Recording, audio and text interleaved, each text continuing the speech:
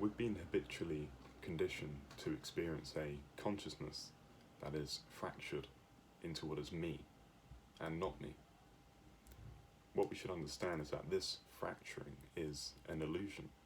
Contemporary science is slowly approaching this insight. The seeming paradoxes of quantum mechanics, for instance, clearly suggest a world that is not constituted by discrete and separable objects and things. Instead, I think nature is better understood as intrinsically interconnected processes.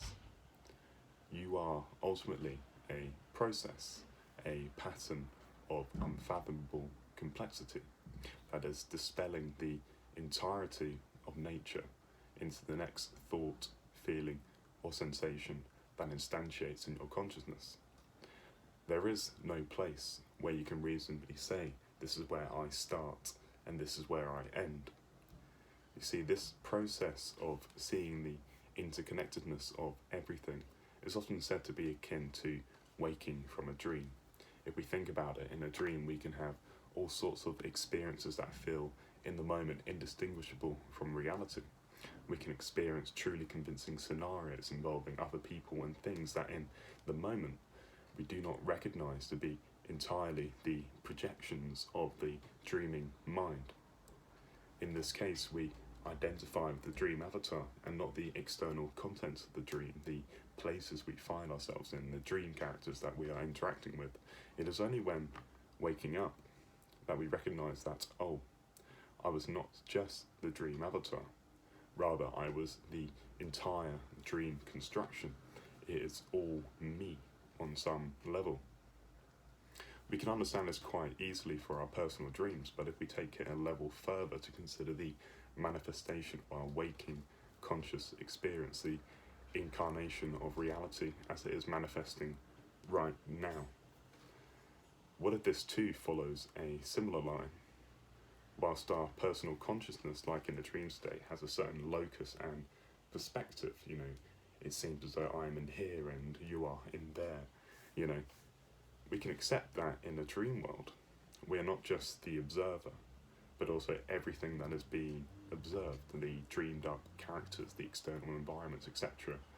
The radical claim that I wish to entertain is that we can apply this logic to everyday experience.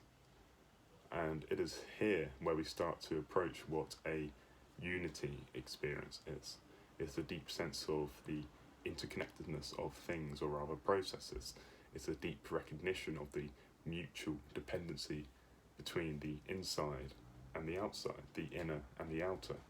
And it is through this recognition that one transcends the illusory attachment to the contents of the inner, the various thoughts and memories that construct and maintain our sense of the little self.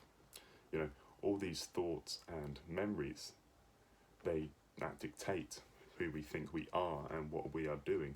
They limit us.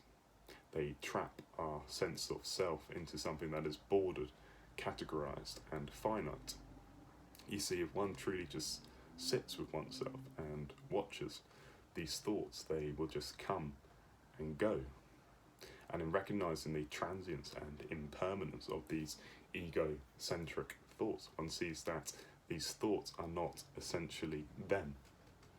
Where exactly do you go in the stillness that lies between thought, when the mind is entirely blank, silent, and pure? Here, one is just pure awareness. You're not merely the thought, but also the deep primordial space in which the thought arises. Looking into, really, and exploring this spacious and empty state of being constitutes the essence of what meditation is.